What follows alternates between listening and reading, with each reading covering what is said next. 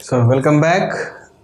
देखें, ये जो लास्ट हम लोगों ने जहाँ पर अपनी बात ख़त्म की थी, जिस टॉपिक के साथ हम लोगों ने पिछला लेक्चर ख़त्म किया था, उसमें हम लोगों ने यहीं पर देखा था कि अगर हम number of particle with energy range with particles with energy in the range E plus D E, हम एक सर्टेन एनर्जी रेंज में कितने पार्टिकल हैं उनके बारे में अगर हम जानना चाहते हैं तो ये dn हो गया हमारे पास, ठीक है।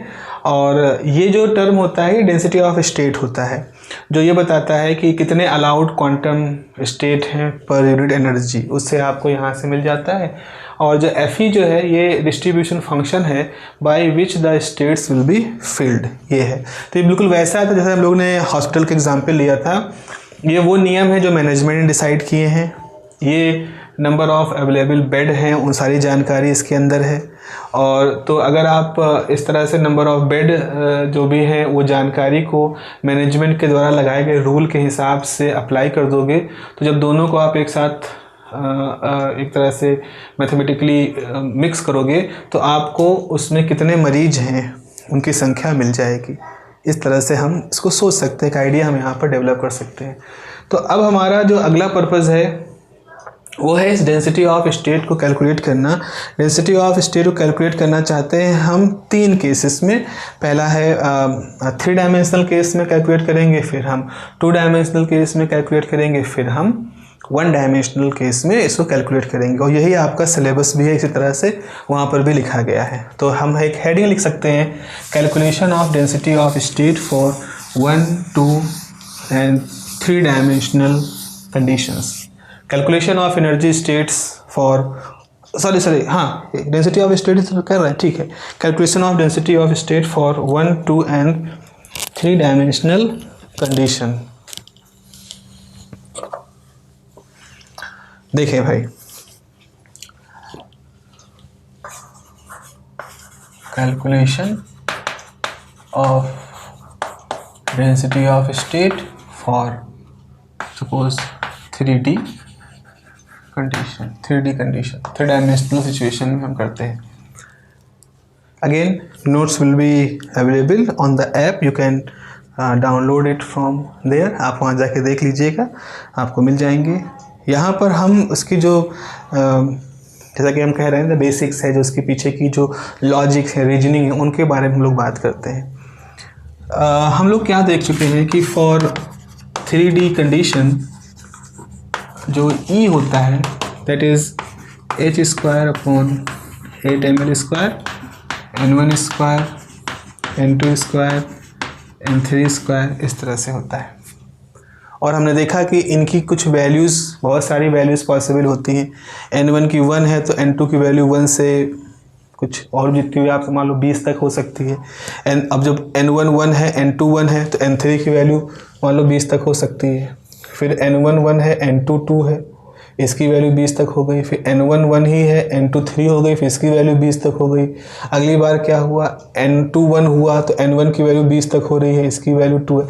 इस तरह के जो हम म्यूचुअल परम्यूटेशन कॉम्बिनेशंस लेंगे तो हमारे पास बहुत सारे वेरिएबल्स, बहुत सारे हम कह सकते हैं ई की वैल्यूज़ आना शुरू हो जाएंगी। जब इतनी सारी ई की वैल्यू आना शुरू हो जाएंगी तो हम सोचते हैं कि देखो ऐसा है, चलो कुछ ग्राफिकल बना लें, डायग्राम कुछ बना लेते हैं। जब हम डायग्राम बना लेंगे तो हम इतनी सारी ई की वैल्यूज़ के साथ डील करना हमारे लिए आसान हो जाएगा। तो अब हम इस सब को एक डायग्रामेटिक तरीके से लिखना चाह रहे हैं। ये कुछ वैसा लग रहा है जैसे अगर आप सोचो x² y² plus z² is equal to r²। इस तरह से अगर हम जैसा कुछ है यहाँ पर, अगर हम इसको x माने, इसको y माने, इसको z माने, तो ये ऐसा कुछ दिख रहा है। अब जो r होता है रेडियल वेक्टर होता है, जैसे आप लोगों ने देखा है कि जैसे ये है आपके पास, ये सपोज x है, ये सपोज y है, ये z है।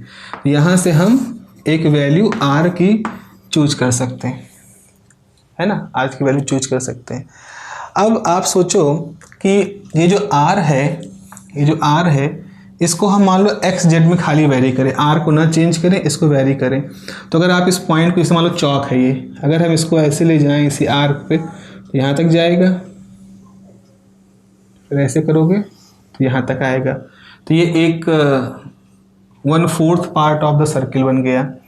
अच्छा, इसी तरह से अगर मान लो हमने r को डिफाइन किया है इसके लिए, y और z के लिए, तो यहाँ पर अगर हम इसको ले करके इसको बढ़ाएंगे तो ये कुछ ऐसा यहाँ बन जाएगा, ठीक है। ऐसे अगर इस पे लेंगे, इस पे ले करके इसको हम करेंगे तो ये कुछ ऐसा बन जाएगा।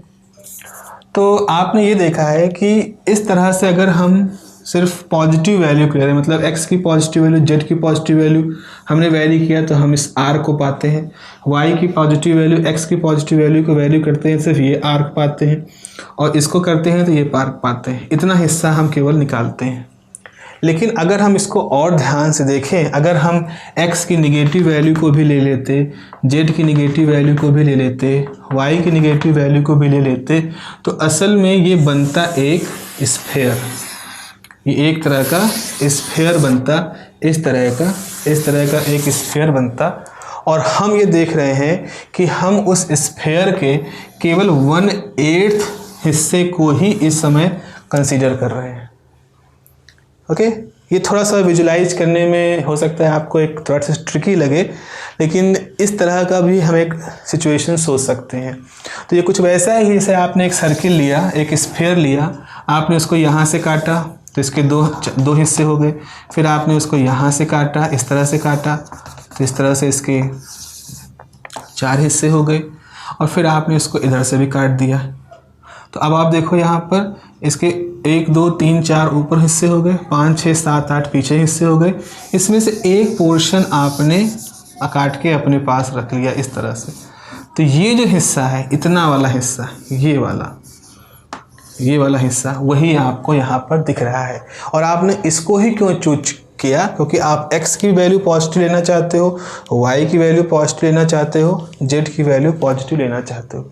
ये कार्टेशियन कोऑर्डिनेट सिस्टम की एक एक्सरसाइज है जो कि हम लोग किसी लेवल पर करते हैं। अभी तक नहीं की है तो आप करोगे जब आप और थोड़ा सा पढ़ोगे मैथमेटिक्स वगैरह को, कोऑर्डिनेट सिस्टम को और यूज करोगे तो आप पढ़ोगे। इसका जिक्र हम यहाँ पर क्यों कर रहे हैं? इसका जिक्र हम यहाँ पर इसलिए कर रहे हैं जो कि इसी कॉन्सेप्ट को हम इस पर अप्लाई करने वाले हैं। अप्लाई हम ये करने वाले हैं कि हम एक एक्सिस लेंगे जहाँ n1 की वैल्यूज़ लेंगे, n1 की वैल्यू 1 2 3 4 5 6 7 8 इस तरह से। फिर एक एक्सिस लेंगे जहाँ n2 की वैल्यू लेंगे 2 3 4 5 6 7 8 इस तरह से, और एक एक्सिस लेंगे जहाँ हम n3 की वैल्यू लेंगे x इस तरह से। और चूंकि हमें n1 n2 n3 की सिर्फ पॉजिटिव वैल्यू लेनी है, तो इसका मतलब है कि हमने जैसे मान लो इसे n1 की 1 है, ये ऐसे देखो, ये है ये 1 2 3 4 5 6 8, ये 1 2 3 4 5 6 7 इस तरह से। मान लो आप लेना चाहते हो n1 की 1 n2 की 1 n3 की 1, तो इसका पॉइंट यहाँ कहीं आएगा। आप लेना चाहते हो n1 की 1 n2 की 2 n3 की 1, तो यहाँ आएगा। इस तरह से अगर हम देखना शुरू कर दें तो हम इस पूरे स्पेस में बहुत सारे पॉइंट बनाना शुरू कर देंगे। इस तरह से ये पूरा स्पेस जो है वो पॉइंटों से भर जाएगा। एक सिस्टमैटिक तरीके से यहाँ पर आपको चारों तरफ पॉइंट दिखाई पड़ेंगे। जैसे ये 3 है, n2 3 है, n4 है, इस तरह से। तो आप इस पूरे स्पेस को इस तरह के पॉइंट से भर सकते हैं। यहाँ पर आप इमेजिन कर सकते हो ना। इसका मतलब है कहीं हमने n1 1 लिया, फिर n2 2 लिया, n2 n3 3 लिया, तो उसके लिए एक पॉइंट बन गया। तो इस तरह से आप एक 3 डायमेंशनल केस में पूरा स्पेस यहाँ पर फिल कर सकते हो। इसको थोड़ा सा इमेजिन करिए आप इस तरह से। और ये जितने भी पॉइंट हैं ये क्या दिखा रहे हैं? n1 n2 n3 की एक खास वैल्यू दिखा रहे हैं। और मैंने आपको बताया था जब आप n1 n2 n3 की खास वैल्यू रखोगे तो आपको एनर्जी की खास वैल्यू मिलेगी, और वो जो एनर्जी खास वैल्यू होगी वो एक क्वांटम स्टेट रिप्रेजेंट करेगी, वो एक orbital electron orbital state represent करेगी। तो अगर आप ऐसा कुछ डायग्राम बना रहे हो जहां आपने n1 n2 n3 का लिया, वैल्यू ली, और आपने इसको पूरा का पूरा आपने भर दिया, तो यहाँ पर तो n1 की अगर निगेटिव वैल्यू भी ले लोगे तो भी वैल्यू यहाँ पे काम चल जाएगा, n2 की निगेटिव ले लोगे, n3 की निगेटिव ले लोगे तो भी काम चल जाएगा। तो अगर आप उन सारी निगेटिव पॉजिटिव सारी वैल्यू को लेते चले जाओ सारी वैल्यू को लेते चले जाओ तो आपका ये स्पेस जो है ये पूरा भर जाएगा, ये पूरा स्पेस डॉट से भर जाएगा। लेकिन जब हम इस डेरिवेशन को कर रहे होते हैं तो हम एक जगह पे लिखते हैं कि हम n की केवल पॉजिटिव वैल्यू के लिए ही इंटरेस्टेड हैं, n1 की पॉजिटिव, n2 की पॉजिटिव, n3 की पॉजिटिव।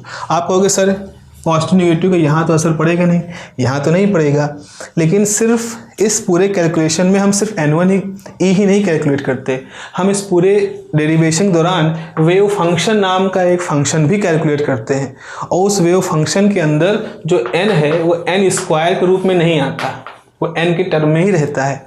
तो वहाँ पर हमें प्लस माइनस का असर दिखता है, यहाँ नहीं दिखता लेकिन वहाँ दिखता है। तो अल्टीमेटली हमारे सामने एक रिस्ट्रिक्शन रहता है कि हम n1 n2 की पॉजिटिव वैल्यू लें। तो अगर आपने देखा ये पूरा स्पेस डॉटों से भरा है तो आप मान सकते हो पूरा स्फेयर है, एक स्फेयर है, एक स्फेयर ऐसा स्फेयर है जिसके अंदर जितने भी n1 n2 की सारी संभावित वैल्यू है वो सब इसके अंदर भरी हुई है। ये हमारा स्फेयर है, ऐसा इस तरह का स्फेयर है। और आप चूंकि उसके सिर्फ पॉजिटिव वैल्यू के लिए बिलोंग करते हो तो आपके पास सिर्फ ये वैल्यू आएंगी, ये वैल्यू आएंगी और ये वैल्यू आएंगे, इस तरह के, केवल आप इतने हिस्से के लिए है। अगर इसको हम कहें तो ये हम पूरे स्फेयर का 1/8 हिस्सा ही है जिसमें हम इंटरेस्टेड हैं, इसमें हम 1/8 हिस्से में इंटरेस्टेड हैं। और हम यहाँ से एक n ड्रॉ कर सकते हैं, एक ऐसा n ड्रॉ कर सकते हैं जिसका square n1 square, n2 square और n3 स्क्वायर के बराबर है, मान लीजिए। ओके, सो हम यहाँ पर ये कह रहे हैं कि जब हम इस इक्वेशन में जितनी n1 n2 n3 वैल्यू हैं उनकी सभी पॉजिटिव वैल्यू को लेकर के एक स्पेस बनाते हैं। मान लो हमने यहाँ एक n स्पेस बनाया, जितनी n वैल्यू है उनको लेकर के हमने एक स्पेस बनाया, तो उस स्पेस में हम एक वॉल्यूम, एक स्फेयर पाते हैं, और उस स्फेयर की जो रेडियस है वो n है, जहाँ n कैसे लिखा जा रहा है, इस फॉर्मूले से लिखा जा रहा है। और हमारे पास जो अवेलेबल, तो all states with in the 1/8 part of the sphere of radius n represented the number of orbital state that we required। तो हम चूंकि डेंसिटी ऑफ स्टेट कैलकुलेट करना चाहते हैं, और डेंसिटी ऑफ स्टेट मतलब होता है ऊर्जा स्तरों को, एक दिए गए एनर्जी रेंज में कितने ऊर्जा स्तर हैं उनको रिप्रेजेंट करना चाहते हैं, और हम यहाँ पर हर ऊर्जा स्तर को एक डॉट से रिप्रेजेंट कर रहे हैं। तो अगर हम कह रहे हैं कि बताओ इतने हिस्से में, इस गोले के 1/8 हिस्से में कितने डॉट हैं, यानी कितने ऊर्जा स्तर हैं, तो इसका मतलब है आप इसका वॉल्यूम निकाल लीजिए। तो आपके पास जो number of orbital that we required यानी s है, उसको कैसे निकालोगे कि वो एक तो है 4/3 पाई n क्यूब। भाई इस पूरे स्फेयर की जो रेडियस है वो n है, इसकी जो ये रेडियस n है, n ऐसा है जो n स्क्वायर वाला ये फॉर्मूला सेटिस्फाई कर रहा है। तो अगर इसकी पूरी रेडियस n है, ऐसी स्थिति में इसका वॉल्यूम कितना होगा 4/3 पाई n क्यूब। लेकिन हम पूरे स्फेयर के लिए नहीं इंटरेस्टेड है, जो कि पूरे स्फेयर में तो n की पॉजिटिव वैल्यू भी है, n की नेगेटिव वैल्यू भी है। We are only interested in the positive value of n1 n2 n3। Why we are interested only in the positive value? Because only positive values will give you the proper result related with the wave function. तो आपके पास interested volume कितना है? Just 1/8। You need to calculate the energy state that lies only in the 1/8 part of this whole sphere, because the whole sphere has n1 values positive negative and n2 value of positive negative value and n3 भी positive negative की हो सकती हैं। तो ये हमारे पास number of orbital state that we required वो होगा s = 1/8 4/3 पाई r रेडियस, तो रेडियस यहाँ n है, n क्यूब। अब जरा देखो, अगर हम इसको यहाँ रख दें, इस जगह पर रख दें, तो हमारा n स्क्वायर हो जाएगा, इक्वेशन नंबर 1 है। तो यहाँ से n की वैल्यू आप क्या निकाल सकते हो, यहाँ से आप n की वैल्यू निकाल सकते हो। n बराबर हो जाएगा 8ml स्क्वायर E/h स्क्वायर, और ये हो जाएगा 1/2, स्क्वायर ले लोगे ना इस तरह से। तो नंबर ऑफ ऑर्बिटल्स जिसमें हम इंटरेस्टेड हैं वो क्या है, s बराबर 1/8 4/3 और पाई, इसको रखो, हो जाएगा 8ml स्क्वायर E/h स्क्वायर 3/2, क्योंकि 1/2 है, इसका क्यूब कर दोगे तो 3/2 हो जाएगा। अब इसकी मुझे लगता है ज़रूरत नहीं है, इसको हम हटा देंगे, ज़रूरत होगी तो बना लिया जाएगा इस चीज़ को। अब देखो यहाँ पर s की वैल्यू क्या हो जाएगी, s की वैल्यू जो हो जाएगी वो हो जाएगी 1/8 4π/3। अब ऐसा करो, जितने स्क्वायर टर्म है उन पे ज़रा अप्लाई कर दो। तो l स्क्वायर है, h स्क्वायर है, उस पर 3/2 अप्लाई कर दो। यहाँ 8 है, 8 का मतलब क्या हो जाएगा 2 की पावर 3, और तो इसको ऐसे कर दें, इसको ऐसे कर दें, 8 को हम ऐसे लिखते हैं 2 × 2 स्क्वायर m की पावर 3/2 और e, थोड़ा सा ब्रेक करके लिख रहे हैं ना ताकि सब जो कुछ छूटे ना। अब देखो क्या हो गया, ऐसा करके आप लिखोगे 1/8 4π/3, ये हो जाएगा, स्क्वायर स्क्वायर कट जाएगा तो हो जाएगा l3, और यहाँ हो जाएगा h3, ये हो जाएगा, एक तो 2m की पावर 3/2 तो रहेगा, 2 स्क्वायर तो ये हो जाएगा 2 की पावर क्यूब, और ये हो जाएगा e की पावर 3/2, तो 2 की पावर क्यूब हो गया 8, ये 8 इससे गायब हो जाएगा। L will be the, L is the length, तो l3 वॉल्यूम हो जाएगा, तो हो जाएगा 4πV/h3 3 2m to the power 3/2 e to the power 3/2। तो नंबर ऑफ ऑर्बिटल स्टेट्स जो हैं वो इतनी हो जाएंगी। तो ये हो गए ऑर्बिटल स्टेट, मतलब वो जगहें जहां इलेक्ट्रॉन रह सकता है, मतलब n1 n2 की कुछ वैल्यू ले करके वो कितनी जगहों पर बैठ सकता है, ये वो है। लेकिन पाउली का एक प्रिंसिपल है, पाउली का प्रिंसिपल ये है कि अगर कोई भी क्वांटम स्टेट जो होती है उस क्वांटम स्टेट में 2 इलेक्ट्रॉन रह सकते हैं, एक अप स्पिन के साथ, एक डाउन स्पिन के साथ।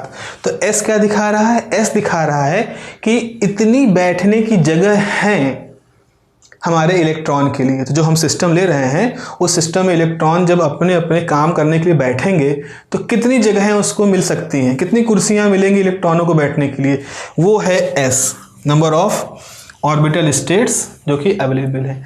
अब वहाँ पर पाउली कहते हैं कि हर कुर्सी पर एक आदमी ऐसे बैठ सकता है दाएं करके, एक आदमी बैठ सकता है बाएं करके। इसको ऐसे समझ लो, एक इलेक्ट्रॉन अप स्पिन और एक इलेक्ट्रॉन डाउन स्पिन। तो यानी कि जितनी कुर्सियां अवेलेबल हैं, हर कुर्सी पर अगर 2-2 लोग को बैठने की इजाज़त है दायां बायां करके, तो कितने इलेक्ट्रॉन रह सकते हैं। तो अब हम यहाँ पर लिख सकते हैं as each state may occupy by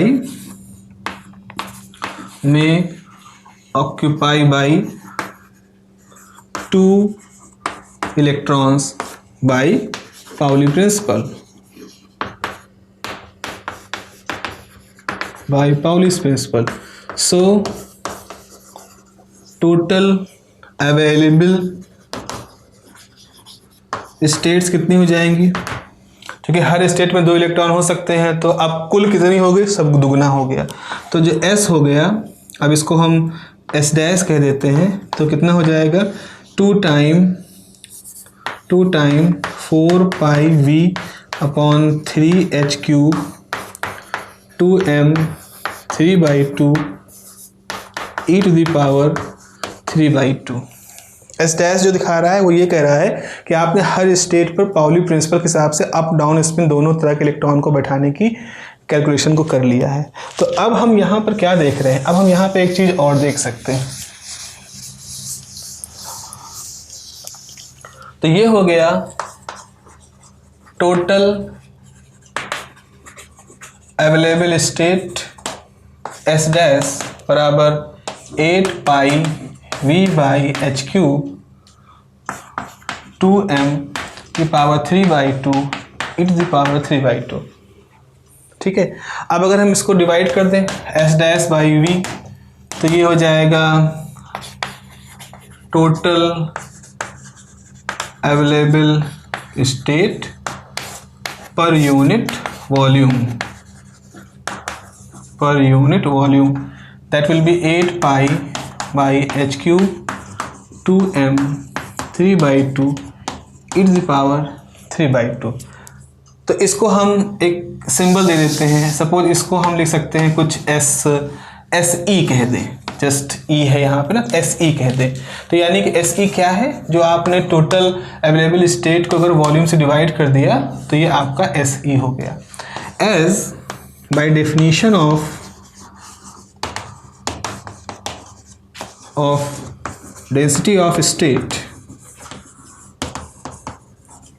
we may write, क्या लिख सकते हो, GE is number of total available state per unit volume. तो ये हो गया। अब इतनी रेंज में कितने इस तरह के अवेलेबल वॉल्यूम मौजूद है, उसी को हम डेंसिटी ऑफ स्टेट कहेंगे। तो आपको क्या करना होगा, इस इक्वेशन को E के रिस्पेक्ट में डिफरेंशिएट करना पड़ेगा। तो चलिए कर दीजिए, E के साथ डिफरेंशिएट कर दीजिए। जैसे आप इसको डिफरेंशिएट करोगे तो आपके पास G की क्या वैल्यू आ जाएगी, डेंसिटी ऑफ स्टेट की क्या वैल्यू आ जाएगी। देखो 8 pi by H cube 2m to the power 3/2 ऐसे एक वैसा रहेगा। आपको करना होगा differentiation of e to the power 3/2, यही तो करोगे। तो ये तो ऐसे रह जाएगा 8 pi by H cube 2m की पावर 3/2, ये हो जाएगा 3/2 e की पावर 1/2, e की पावर nx n माइनस 1। तो 3/2 माइनस 1 जो होगा दैट विल बी दिस। यहाँ छूट रहा है ना, 3 छूट रहा होगा आई थिंक।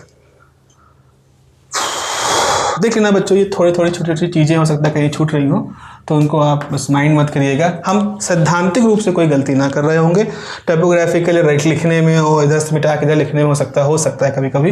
तो ये कैंसिल हो गया, ये इसको कैंसिल कर दिया, तो ये हो जाएगा 4 पाई बाई एच क्यूब 2m की पावर 3/2 अंडर रूट ई। तो आपके पास डेंसिटी ऑफ स्टेट का ये आ गया रिलेशन। अब ये तो सब तो कांस्टेंट हो जाएगा, यानी यहाँ पर हम क्या पाएंगे, यहाँ पर हम पाएंगे कि अगर हमारे पास 3 डायमेंशनल स्टेट है, अगर हमारे पास स्टेट नहीं, अगर हमारे पास 3 डायमेंशनल ऑब्जेक्ट हैं, हम अपनी कहानी अपनी कैलकुलेशन में 3 डायमेंशनल सिस्टम को लेके चल रहे हैं, तो उनकी जो डेंसिटी ऑफ स्टेट होगी वो किस हिसाब से चेंज होगी, अंडर रूट ऑफ ई। तो आप अगर उस सिस्टम की एनर्जी को बढ़ाओगे, तो जैसे आप एनर्जी को दुगना करोगे, तो इसका मतलब ये नहीं कि उसमें डेंसिटी ऑफ स्टेट दुगनी हो जाएगी। आप अगर डेंसिटी को 4 गुना करोगे तो अंडर रूट 4e का मतलब होगा 2 अंडर रूट e, यानी डेंसिटी ऑफ स्टेट पहले की तुलना में दुगनी होगी। तो इसके बाद हम लिख सकते हैं,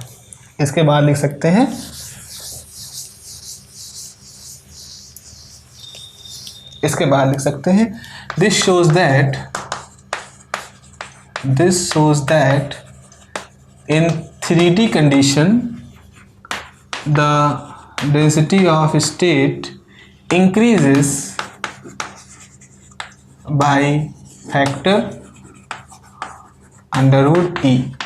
यानी ग्राफ अगर बनाना चाहो आप, तो ये आप मान लो GE है, ये E है, सो ग्राफ ऐसे बनेगा, क्योंकि यही तो अंडर रूट का ग्राफ या स्क्वायर रूट का ग्राफ ऐसा होता है वेरिएशन का, इस तरह ग्राफ बनेगा।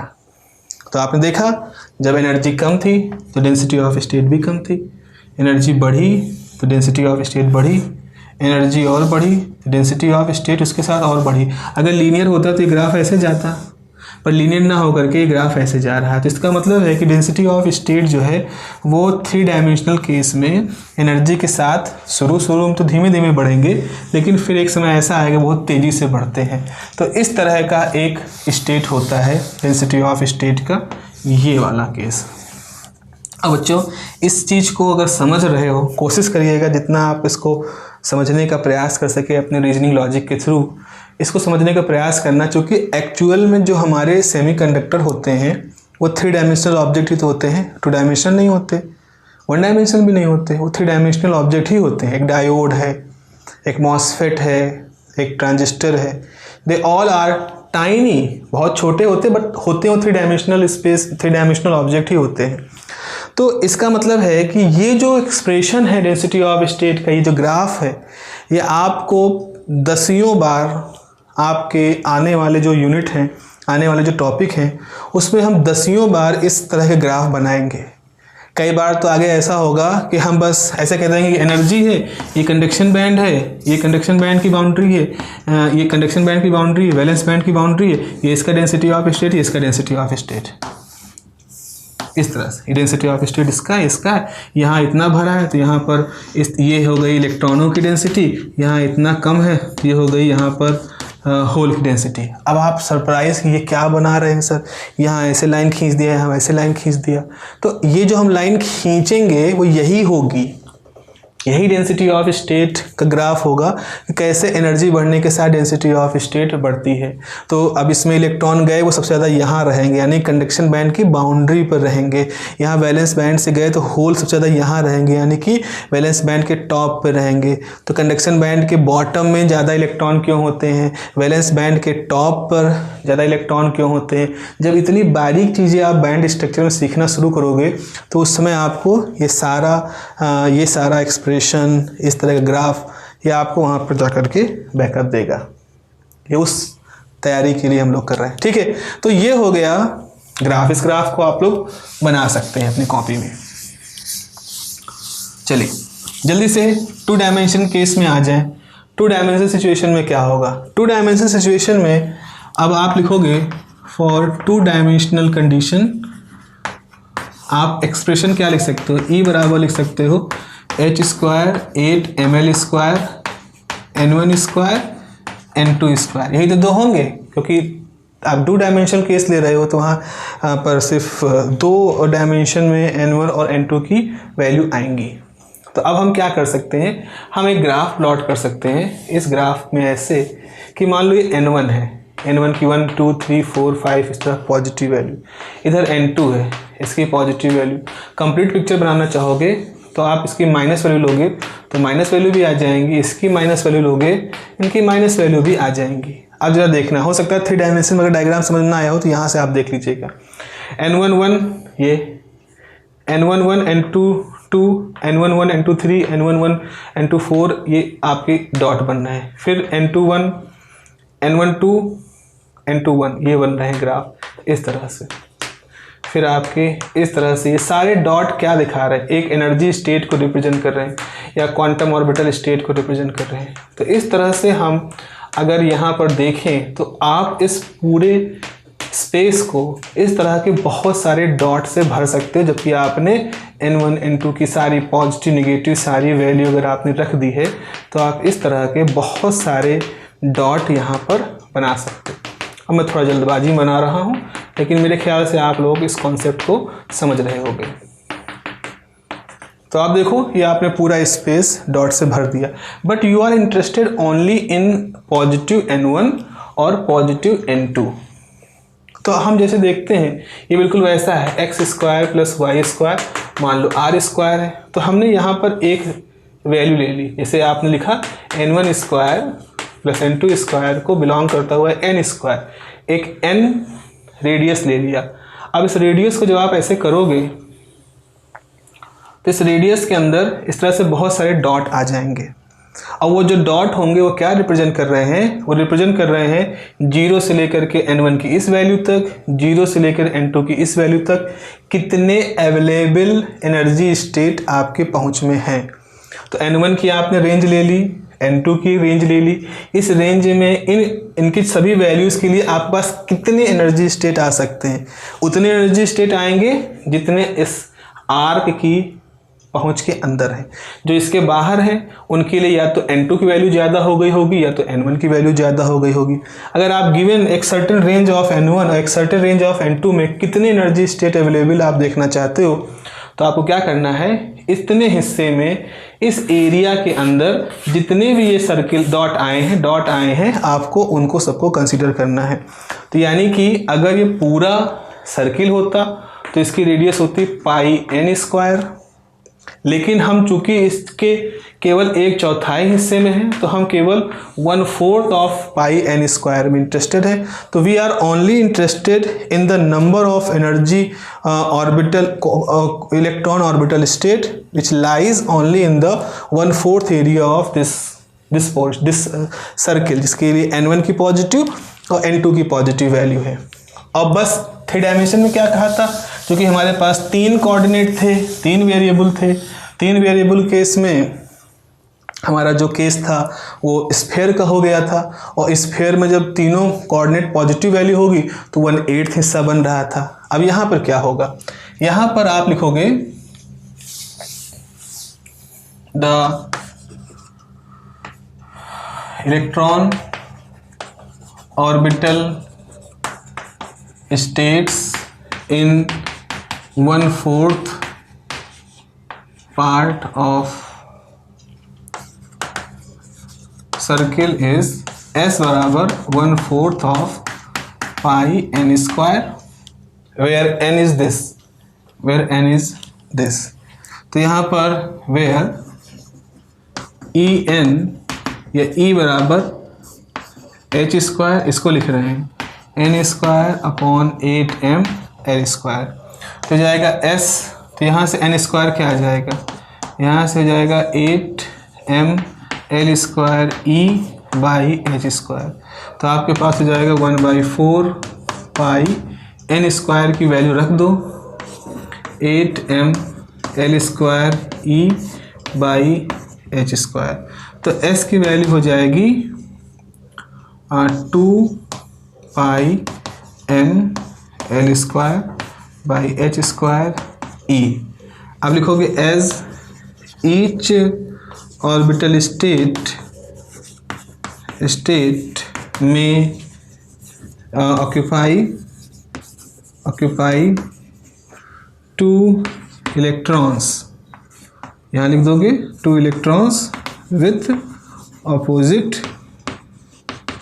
स्पिन्स, तो आपके पास आ जाएगा सो S डैश बराबर हो जाएगा 2 time 2m l square by h cross e, तो ये हो जाएगा, तो ये हो जाएगा S बराबर 4m l square h cross e।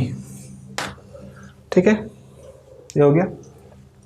अब हम क्या करें, इसको L से डिवाइड कर दें, तो आप ऐसे कर सकते हो कि आप लिख सकते हो SE बराबर S dash by L square is the area के लिए 2 डायमेंशन में एरिया, तो सिंपली आपके पास आ जाएगा 4m h square e 4m h square e। अब यहाँ पर डेंसिटी ऑफ स्टेट निकालना है, तो क्या करोगे, डेंसिटी ऑफ स्टेट के लिए हो जाएगा सो density of state is DSN DSC है ना, ये हो जाएगा SC, तो D differentiation of SC with respect to E, तो हो जाएगा D by DE of 4m E by L square, और ये कितना आ जाएगा 4m बाई L स्क्वायर। ठीक है, यानी कि GE जो है वो E की पावर 0 पे डिपेंड कर रहा है। E की पावर 0 1 होता है, तो 1 को हमने E की पावर 0 पे कर लिया, या इसको आप लिख सकते हो in 2 dimensional condition density of state, या density of state is independent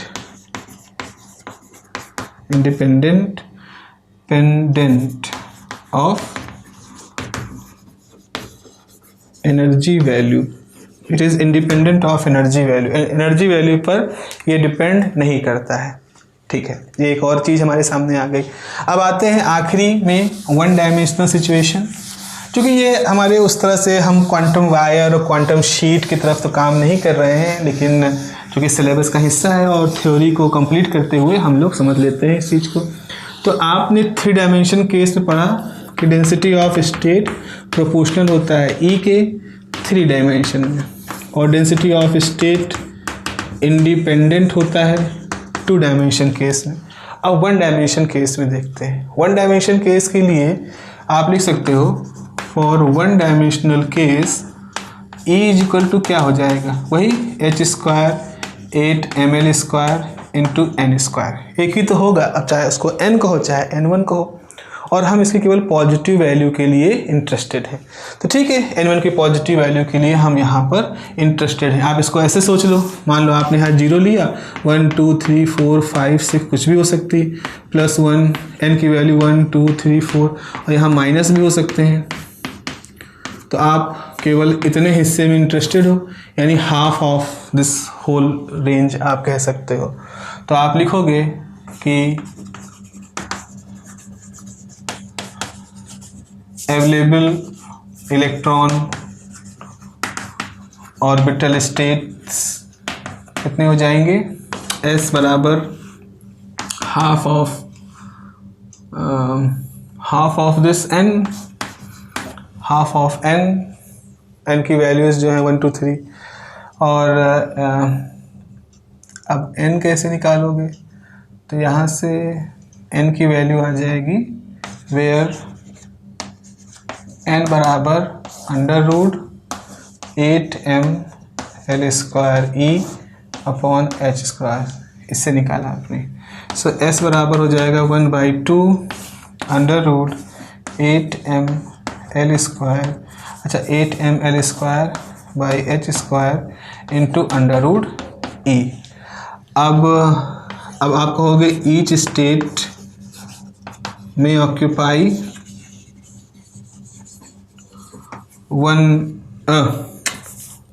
2 electrons opposite spin वाले, तो आपके पास हो जाएगा S' बराबर 2 × 1/2, और ये कितना हो जाएगा भाई, ये हो जाएगा 2 √2 √ml/h √E। ये सब कैंसिल कर दे रहा है। तो ये हो जाएगा S' इज 2 √2m/h, इसको L से डिवाइड कर दो। इसे पिछली बार वॉल्यूम से किया, फिर एरिया से किया, ln से कर दिया। कुछ छूट रहा है? नहीं, कुछ नहीं। ये मेरा फोकस इसके ऊपर है, तो हो सकता है कहीं कुछ मिस हो जाए, तो देख लीजिएगा उसको। ओके, तो इसको हम लिख सकते हैं SE इज़ 2 √2m/h √E। तो GE की परिभाषा क्या होती है, जैसा कि हम लोग इस्तेमाल कर रहे हैं, 2 बार से कर चुके हैं। डिफ्रेंशिएट कर दो, 2 √2m/h d of DE √E। अच्छा, इसको डिफ्रेंशिएट करोगे तो कैसे होगा, तो ये हो जाएगा density of state is 2 √2m/h और 1/2 e⁻² 2 कैंसिल, तो √2m/h 1/√e। It means that density of state is inversely proportional to √e. This is the answer. This is what we want to derive. तो हमने क्या देखा, density of state 1 dimension case में इस तरह से vary करती है। इसके बारे में मैंने थोड़ा सा आपको डिटेल में बताया, because this is of our interest. आने वाले समय में इसमें हमारा स्वभावतः एक तरह का रुझान रहेगा, क्योंकि 3 डायमेंशनल ऑब्जेक्ट होते हैं हमारे सेमीकंडक्टिंग डिवाइसेस, तो वो उसमें किस तरह से वैरी करता है वो यहाँ से दिख रहा है। ठीक है, अब बाकी चीज़ें जो हैं कि क्वेश्चन ऐसे इसमें आपसे पूछ सकते हैं कि आप दिखाइए कि किस तरह की डिपेंडेंसी होती है डेंसिटी ऑफ स्टेट की 2 डायमेंशन केस में, किस तरह की डिपेंडेंसी होती है 1 डायमेंशन केस में। अब इनका फिजिकल इंटरप्रिटेशन क्या है, इनकी फिजिकल एक्सटेंशन कहाँ तक जाता है, इनके भीतरी प्रोफाउंड मतलब क्या है। 3 डायमेंशन को तो हम लोग बहुत गहरे डिस्कस करेंगे। 1 डायमेंशन और 2 डायमेंशन अगर कभी किसी लेवल पर हमें अगर उसकी आवश्यकता होगी या हमें वैसा माकूल समय दिखेगा कि हाँ इस जगह थोड़ा डिस्कस कर ले, थोड़ा प्रोफाउंडनेस उसकी ज़रूरी है, then we will discuss, otherwise we are not going to dip, उसमें हम कोई डाइव करने की अभी बहुत ज़्यादा आवश्यकता नहीं है। ठीक है प्यारो, तो ये हो गया हमारे पास 1 2 3 डायमेंशन के लिए डेंसिटी ऑफ स्टेट, आपका एक टॉपिक यहाँ पर पूरा हो रहा है। इसके बाद अब हम फ्री इलेक्ट्रॉन थ्योरी की बात कर चुके, डेंसिटी ऑफ स्टेट की बात कर चुके। Now we will start to discuss the band theory. और बैंड थ्योरी के लिए सबसे पहला अगर शुरुआती कदम है that is the Bloch theorem. तो ब्लॉच थ्योरम हम लोग पढ़ेंगे, ब्लॉच थ्योरम के बाद क्रोनिग-पेनी मॉडल पढ़ेंगे, और क्रोनिग-पेनी मॉडल पढ़ने के बाद फिर हम अपनी बैंड थ्योरी की तरफ जाएंगे, और फिर इस तरह से धीरे धीरे करते हुए हम लोग एक्सटेंसिवली धीरे धीरे हम अपने इन सारे टॉपिक को कवर करेंगे। चलिए फिर, तब तक के लिए have a nice day, take care, bye bye.